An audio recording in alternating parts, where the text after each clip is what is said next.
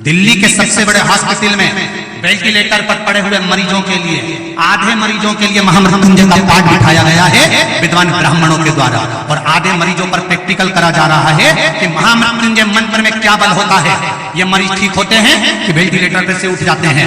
तब अंदाजा लगाया गया जिन 11 मरीजों के लिए महामृत्युंजय का पाठ बैठा हुआ था वो 11 मरीज 7 दिन के अंदर ठीक होकर ऐसे में अगर ऐसे घर चले गए। ये फल है शंकर के भजन का, शिव के स्मरण, शंकर की भक्ति का।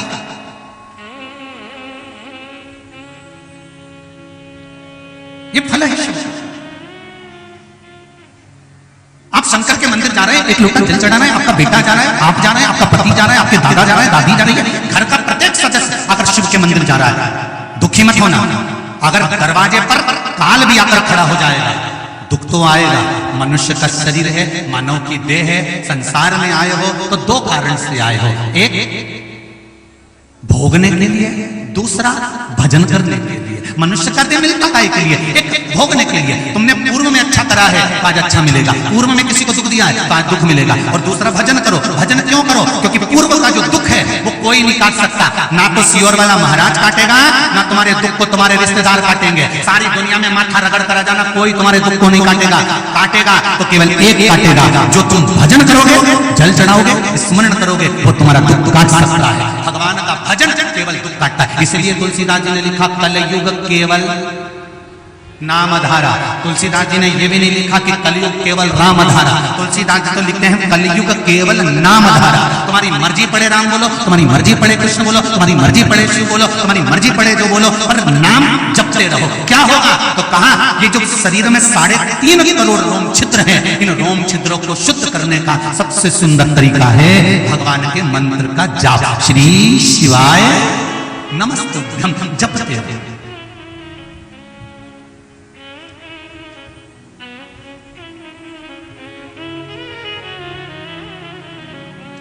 मंत्र का जाप करते हैं। भोले क्यों छोड़ा मझधार, ओ भोले क्यों छोड़ा मझधार। सारी चिंता छोड़ के भोले, सारी चिंता छोड़ के भोले आया तेरे द्वार, ओ भोले क्यों छोड़ा। बाबा से रोज जाकर प्रार्थना करो। दुख दिया है निवारण तू करना, तकलीफ दी है इस तकलीफ को मिटा तू देना, रोग दिया है तो रोग का हल भी तू कर देना। मुझे मालूम है मैं पूर्व में कोई पाप करा होगा इसलिए भोग रहा होगा, मैंने किसी को कष्ट दिया होगा तो कोई मुझे कष्ट दे रहा होगा, मैंने किसी का बुरा किया होगा तो लोग मेरा बुरा कर रहे होंगे, मैंने किसी को कुछ कहा होगा इसलिए दुनिया के लोग मुझे कह रहे होंगे। और बाबा गुरुजी मेरा बड़ा बेटा, मेरा बेटा रेलवे में ड्राइवर है, मेरा बेटा और बहू सन 2019 से अलग अलग रह रहे थे, किसी की बात भी नहीं मान रहे थे, दोनों समझने को तैयार नहीं थे। फिर मैंने आस्था चैनल पर आपकी कथा सुनी और आप नवे गांव छिंदवाड़ा में कथा सुनाने आए। वहां पहुंचकर शिव महापुराण की कथा पूरी 7 दिन की सुनी। जैसा आप कहते हो कि बाबा से कथा मंडप में बैठकर जो मांगते हो वो मिलता है। फिर मैंने छोटी बेटी के घर जाकर पशुपति व्रत किया और आपके बताए हुए उपाय किए। 2 मार्च शिवरात्रि के दिन हम कुबेरेश्वर धाम पहुंचे। फिर शिव जी की ऐसी कृपा हुई, मेरा बेटा अपनी पत्नी और बच्चों को 2 अप्रैल को अपने घर वापिस लेकर आए और वो दोनों बड़े सुखी रह रहे हैं। ये पत्र है। मैं बाबा को बोली थी कि पंडाल में बैठकर कथा सुनी है इसलिए पंडाल में बैठकर हाजिरी लगाने जाऊंगी, तो पंडाल में हाजिरी लगाने आई। ये शिव, बैठो बैठो, हर हर महादेव। ये शंकर। अब दिल से सुनो, चाहे आस्था चैनल पर सुन रहे हो, चाहे फेसबुक यूट्यूब पर सुन रहे हो, और आपके नजदीक में 100 किलोमीटर 150 किलोमीटर के अंदर भी अगर शिव महापुराण की कथा की कोई सूचना मिल जाए, कहीं सूचना मिल जाए कि कुबेर भंडारी का ये भंडार आ रहा है, तो प्रयास करना कि 2 क्षण जाकर वहां बैठकर दिल से मेरे देव अधिदेव महादेव से अपने दिल की बात कह देना। विश्वास है 3 महीने में मेरा बाबा पूर्ण कर देगा। बुला ला, ये निश्चित था। तेरी कृपा बिना न हिले एक भी अणु, लेते हैं श्वास तेरी कृपा से तनो तनो। हे गंगधार मुक्ति द्वार ओंकार तू, बोल ओंकार तू। आयो शरण तिहारी शंभु तारदार तू। हे शंकर, हे औघड़दानी, हे त्रिकालदर्शी, हे कैलाशी, आप कृपा करने वाले। अगर मेरे शिव जी कृपा नहीं करते,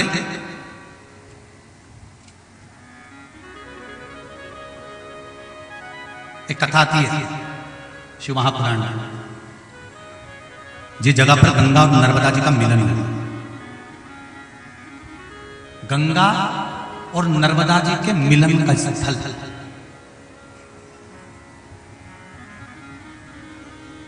जिसको गंगाली कहते हैं। नर्मदा परिक्रमा करने वाले जब परिक्रमा करने जाते हैं तो गंगाली गांव जरूर जाते हैं जहां पर नर्मदा जी और गंगा जी का मिलन हुआ। अब आप सोचेंगे कि मध्य प्रदेश में गंगा कहां से आ गई, वो भी यहां बड़वानी जिले में धार के पास, वहां गंगा कहां से पहुंच गई। शिव महापुराण स्कंद पुराण का रेवाखंड और शिव महापुराण का सुंदर कोटि रुद्र संहिता। कोई सोचे कि ये सिवरवाला महाराज कहां से कथा बोल रहा है, तो गीता प्रेस गोरखपुर की शिव महापुराण का पेज नंबर 481, जहां पर नर्मदा और गंगा के मिलन की कथा बताई गई है। कोई ये मत कह देना कि गुरुजी कहीं से अलग से लेकर आए।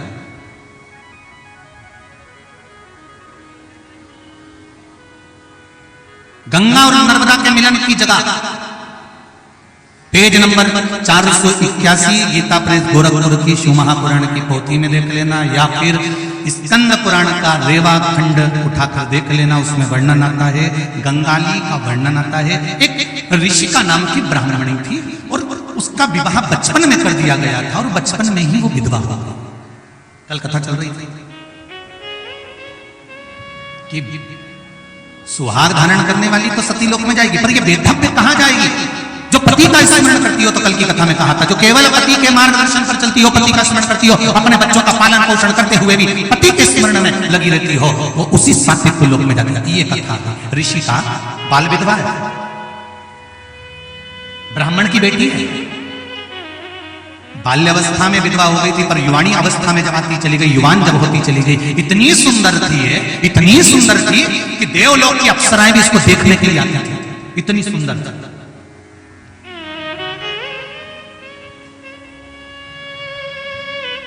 शंकर भगवान का भजन करने वाला, शिव की भक्ति में रमने वाला, शिव की भक्ति को धारण करने वाली नारी हो चाहे पुरुष हो, इसको ब्यूटी पार्लर जाने की जरूरत नहीं पड़ती। बस कथा में चली जाए तो इसका पार्लर तो अपने आप हो जाता है, शिव तत्व हो जाता है। फिर निवेदन करूंगा, क्रीम की चमक, चाहे तुम कोई सा भी क्रीम लगा लो, कोई सा भी स्नो लगा लो, कोई भी साबुन से नहा लो, कितना भी जोरदार लाइन खींच के पूरा डब्बा भर लो, चाहे 2 घंटे तक धागे से, सारी मर्जी पड़े जो, चाहे ककड़ी धर के बैठी, कोई क्रीम की चमक 2 दिन की होती है, 15 दिन की होती है, 20 दिन की होती है, 6 महीने की होती है, पर भजन की, सत्संग की, अच्छे कर्म की चमक मरते दिन की होती है। चमकते रहो। जो शंकर के भजन करने वाले होते हैं ना, शंकर का स्मरण करने वाले होते हैं, शिव का नाम जाप करने वाले होते हैं, शंकर की भक्ति, 1 लोटा जल चढ़ाने वाले होते हैं, सूर्य को अर्घ देने वाले होते हैं, शंकर भगवान को जल चढ़ाने, तुम रोज शिव की आराधना तो करो, आपके चेहरे पर अपने आप चमक आ जाएगी। तुम्हें कोई पार्लर जाने की जरूरत नहीं, कहीं मत जाओ। आधे से ज्यादा तुम देखना, बहू से ज्यादा सुंदर सास होती है। बहू खूब श्रृंगार करती है और सास कोई श्रृंगार नहीं करे, ऊंचे ऊंचाई बाल पे कंघा करे और फेर के जाके बिंदी लगा के कुंकू की, और गुड़िया जो रखी रखाई साड़ी है ना बहुत पुरानी, वो भी निकाल के पहन के, जैसे ही गुड़िया बाहर निकलती है ना तो अच्छी अच्छी बहुओं का भी हृदय जल जाता है। डोकरी को देखो तो सर, ओल्ड इज गोल्ड। ये चमक, ये दमक, फुल वन में महक, सब कुछ सरकार की महिष है, ये उसकी चमक है।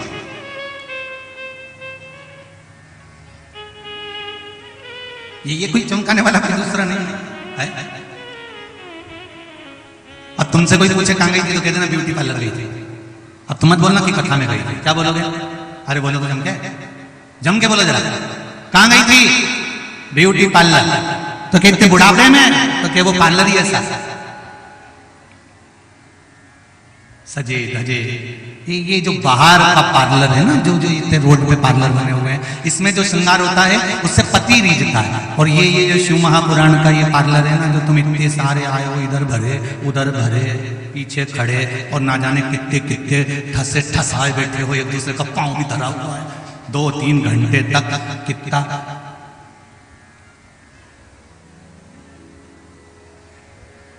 कच्छप भगवान ने जैसे सुमेरु पर्वत को अपने ऊपर धरा था, तुम अपने पड़ोसन उनका पांव सुमेरु पर्वत से कम है क्या? वो के धरी बैठी हो, कितनी बड़ी कृपा है ये तो। ये शिव जी के सिवा कोई नहीं कर सकता दादा, इनके सिवा ना तो कथा बांचने वाला शिव मेरा भोलेनाथ, कथा करवाने वाले शिव मेरा भोलेनाथ, और कथा सुनने वाले भी शिव मेरा भोलेनाथ, कोई दूसरा नहीं। वो कर रहा है ऋषि का सुंदर, बहुत सुंदर, क्योंकि तप बल बढ़ गया, भजन का बल बढ़ गया।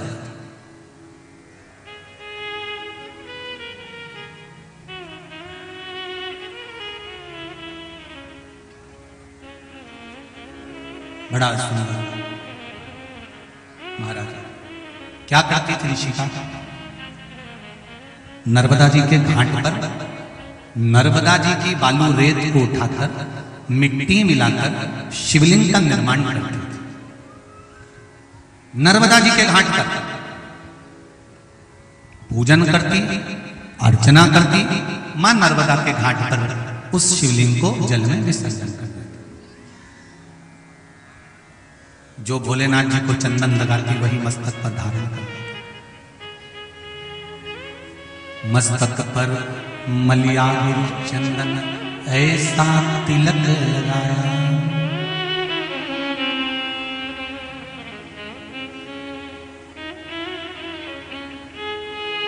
मस्तक पर मलियागिरी चंदन ऐसा तिलक लगाया, माथे पर चंदा वो सोए गंगाधर कहलाया। मींचता रहे दरबार भोलेनाथ, तेरा किसने किया श्रृंगार भोलेनाथ, तेरा किसने किया श्रृंगार भोलेनाथ। लगे ओघड़ सा दीनानाथ भोलेनाथ, लगे ओघड़ सा दीनानाथ भोलेनाथ, तेरा किसने किया श्रृंगार भोलेनाथ। काशी जी से जल मंगवा कर तेरा स्नान कराया, उज्जैन से भस्म मंगाकर तुझको खूब सजाया। सजाता रहे वो हर बार भोलेनाथ, तेरा किसने किया श्रृंगार भोलेनाथ, तेरा किसने किया श्रृंगार भोलेनाथ। महकता रहे दरबार भोलेनाथ, महकता रहे दरबार भोलेनाथ, तेरा किसने किया श्रृंगार भोलेनाथ। ऋषि का शिव जी को चंदन लगाती, वही चंदन मस्तक पर धारण कर लेते। मस्तक की शोभा भगवान को लगा हुआ चंदन, कुंकू, रौली, हल्दी, मेहंदी से है। भगवान को लगा हुआ।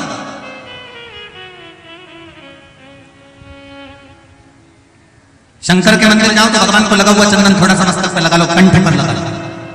अगर चंदन ना मिले तो शिव जी पे चढ़ा हुआ जल नैनों से लगा लो, हृदय से लगा लो, मस्तक पे लगा लो।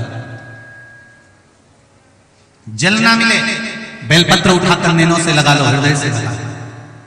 वो भी ना मिले, जाते जाते शंकर जी के मंदिर के दरवाजे की रज को निकाल अपने मस्तक पर चढ़ा लो, जीवन का कल्याण बहुत।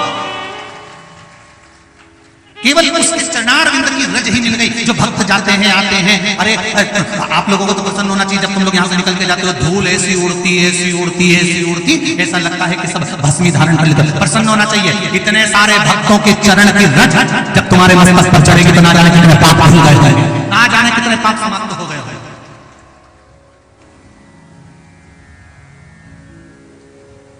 घर के लोग भी कहते होंगे गई थी तो कमला बाई थी, आई थी तो भूरी बाई हुई, कोई दिक्कत नहीं। शिव चरणारविंद की रज धारण।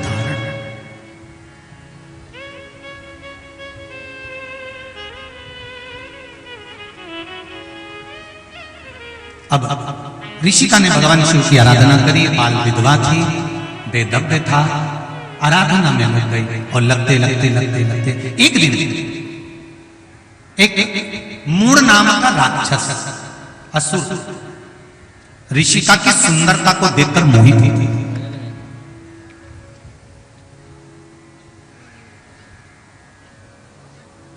जो गलत बुद्धि का होता है, जिसने सात्विक अन्न नहीं खाया होता है, उसकी चित्तवृत्ति भटक जाती है। शिव महापुराण की कथा कहती है, जैसा खाया अन्न वैसा हो गया। जम के बोलो जरा, मन जैसा पियो पानी वैसी हो गई वाणी, जैसा पियो दूध वैसा बन गया बुध। इसलिए पहले की माताएं बच्चों को ये जो दूध पिलाती थी तो ये बोतल से नहीं पिलाती थी। पहले की माताएं बच्चों को जो दूध पिलाती थी वो चम्मच से। इसलिए आज भी जब बच्चे का अन्नप्राशन होता है या बच्चे का कोई फंक्शन होता है तो जो घर की नानी होती है वो छोटी सी कटोरी एक चम्मच तो छोटे बच्चे के लिए देती ही है। नानी कभी बोतल नहीं देती बच्चे के लिए, और जो नानी बच्चे के लिए बोतल देती है वो नानी अपने ऊपर ही पत्थर मार लेती है।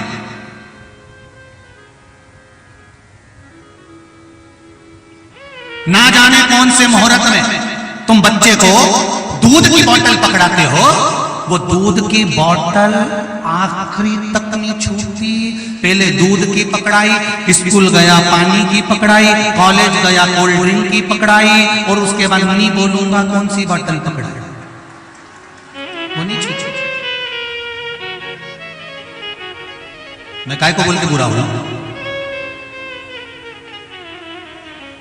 बचपन में जो बाटल पकड़ाई ना तुमने, वो बाटल आज मुहूर्त देख के पकड़ाई थी तुमने, वो छुट्टी थी।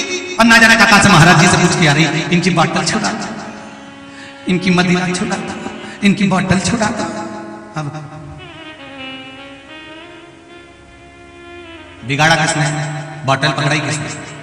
इसलिए नानियों से निवेदन है, तुम्हारी बेटियों के घर में फंक्शन हो, या दादी को निवेदन है तुम्हारी बहू के घर फंक्शन हो, बहू से कहना बॉटल से दूध नहीं पिलाना, थोड़ा समय लगेगा, चम्मच से पिलाओ। बॉटल पकड़ा के चली जाती हो, बॉटल की ऐसी आदत पड़ जाती है कि बच्चे को फिर वो बॉटल पकड़ी पकड़ी पकड़ी पकड़ी ना जाने कौन सी घड़ी में पकड़ी कि आखिरी तक नहीं छूटी। अब माँ बाप छुड़ाए तो नहीं छूटे, अब कहीं छुड़ा, पकड़ाई किसने? अरे बोला जम के तुम तब छूटेगी क्या? बहुत कठिन निवेदन। अन्न का असर बड़ा भारी होता है, जिसके घर का अन्न खा रहे हो ना उसका असर बड़ा भारी होता है। आप इसलिए भजन का अन्न खाइए। जिस समय पर भोजन कर रहे हो, जो भोजन की थाली ला रहा है, जो भोजन बना रहा है, उससे हाथ जोड़ कर कहना कि तेरे चेहरे पे प्रसन्नता हो तो भोजन बनाना, और जो भोजन की थाली लेके आ रहा है उससे भी कह देना मुसद्दी लाल जैसे मत आना, नहीं तो मालूम पड़े भोजन की थाली ला रहे हैं मुंडा उतरा। प्रसन्न आना। बहुत चतुर चतुर लोग होते हैं महाराज। एक शादी में गए हम, और शादी में गए तो हमने कहा कि साहब बनवारी लाल जी तुमने सब्जी में बहुत मिर्ची डाल दी है। बनवारी लाल तुमने सब्जी में मिर्ची इतनी क्यों डाली? जब शादी में बुलाया लोगों को तो मिर्ची डालना ही नहीं थी। अरे गुरुजी सब्जी कम पड़ रही थी तो पत्नी ने अंदर से कटा ले जाके कूड़ दू, मैंने मिर्ची बढ़ा दी। अब कोई सब्जी खाए नहीं, बस अब कोई पूरी को मिसे ही नहीं तो सब्जी उठे ही। मैंने कहा वाह बनवारी लाल क्या कहने तेरे। भोजन बनाते समय स्नेह दीजिए, भोजन बनाते समय प्रेम दीजिए, भोजन कराते समय भी प्रेम दीजिए, स्नेह दीजिए। ले साहब ये लीजिए, ले साहब ये लीजिए। और मालूम पड़े हम तो कई बार हमारे पंडितों से भी कह देते हैं, जो ब्राह्मण लोग हमारे लिए अंदर भोजन लेकर आते हैं कक्ष में, तो हम उनसे कह देते हैं सुन लो रे जरा, चेहरे पे प्रसन्नता रखना तो भोजन की थाली लाना, नहीं तो हम खुद उठ कर जाएंगे बाहर जाकर भोजन की थाली लेकर आएंगे और अपना भोजन कर लेंगे। पर चेहरे पर प्रसन्नता होना चाहिए तो भोजन का आनंद बढ़ता चले रहेगा। और प्रसन्नता ही नहीं हो तो क्या मतलब कि कई बहुओं सास को रोटी खिलाती, ऐसी खिलाती भगवान जाने, ऐसी आंख फाड़ फाड़ रोटी ला दूं क्या, ठंडी लाऊं कि गरम, सब्जी कौन सी लाऊं, दाल लिया, गाड़ी लाऊं कि पतली लाऊं। अब तो इतनी जोरदार रोटी खिला रही है, ऐसी गर्जना कर करके खिला रही। अरे ओ मेंढकी भाई क्यों आई, क्यों आई, ऐसी गर्जना करके बेचारी सास रोटी खाए। और बाद में क्या हमारी सास झगड़ा करती रहती, तो ऐसे मुंडा से खिलाएगी, झगड़ा नहीं करे तो नहीं खाई, प्रेम से रोटी खिला। एक दिन मारी सासू जी से हंस के बोली जेठानी, राम नाम को सुमिरन कर लो 2 दिन की है जिंदगानी। ऐसे प्रेम से खिला। मम्मी क्या लाऊं, बोलो अमृत बनाया है, ले क्या भर के, नहीं मेरी सास चले। अरे तो सास के ऊपर भी चलेगी तुम पी ले। डोकरी को एक कटोरी अमृत पिला दिया, डोकरी खुश, दिन भर उसका मुंडा ही नहीं चला। खिलाना आना चाहिए, प्रेम से खिलाओ, स्नेह से खिलाओ, कुछ नहीं बिगड़े, प्रेम स्नेह बढ़े। महाराज असुर असुर होता है। मूढ़ नाम के राक्षस ने ऋषिका का स्वरूप देख लिया था कि यह विधवा है, इसका कोई पति नहीं है, बाल विधवा है, बड़ी सुंदर है, इसकी ओर बोलेगा कौन, कौन बोलेगा। महाराज जिसका कोई नहीं उसका शंकर है, शिव ओघड़ी मेरा शंभू मेरा दाता।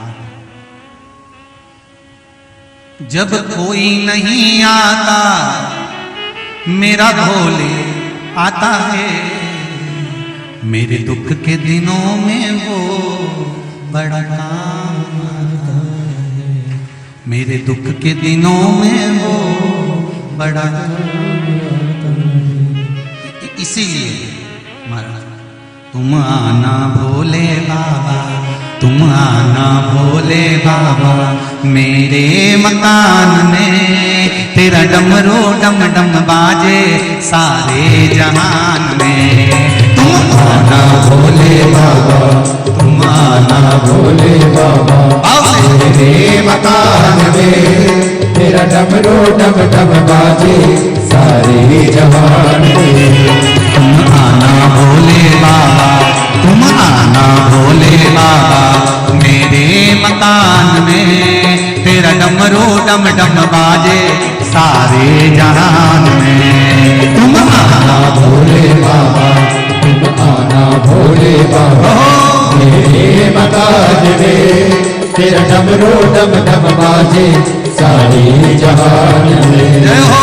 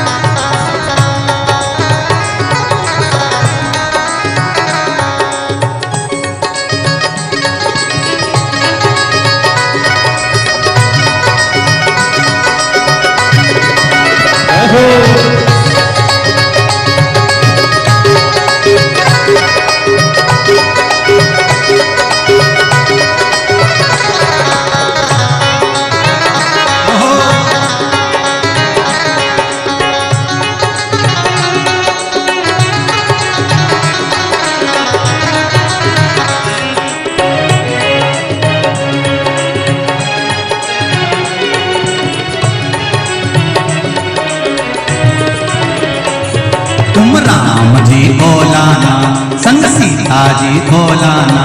तुम राम जी को लाना संग सीता जी को लाना। तुम राम जी को लाना संग सीता जी को लाना। तुम राम जी को लाना संग सीता जी को लाना। मेरे मकान में तेरा डमरू डम डम बाजे सारे जहान में। तुम आना भोले बाबा मेरे मकान में तेरा डमरू डम डम बाजे सारे जहान में। जय हो।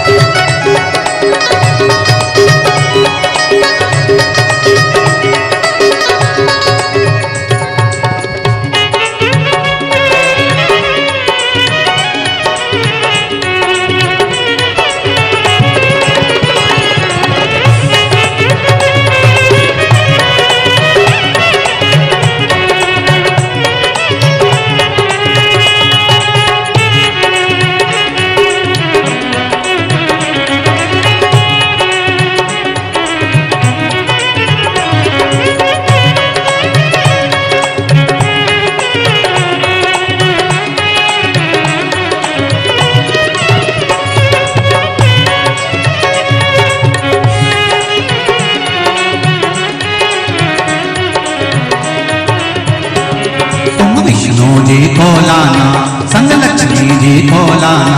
तुम विष्णु जी को लाना संग लक्ष्मी जी को लाना।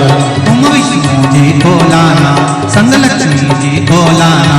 तुम विष्णु जी को लाना संग लक्ष्मी जी को लाना।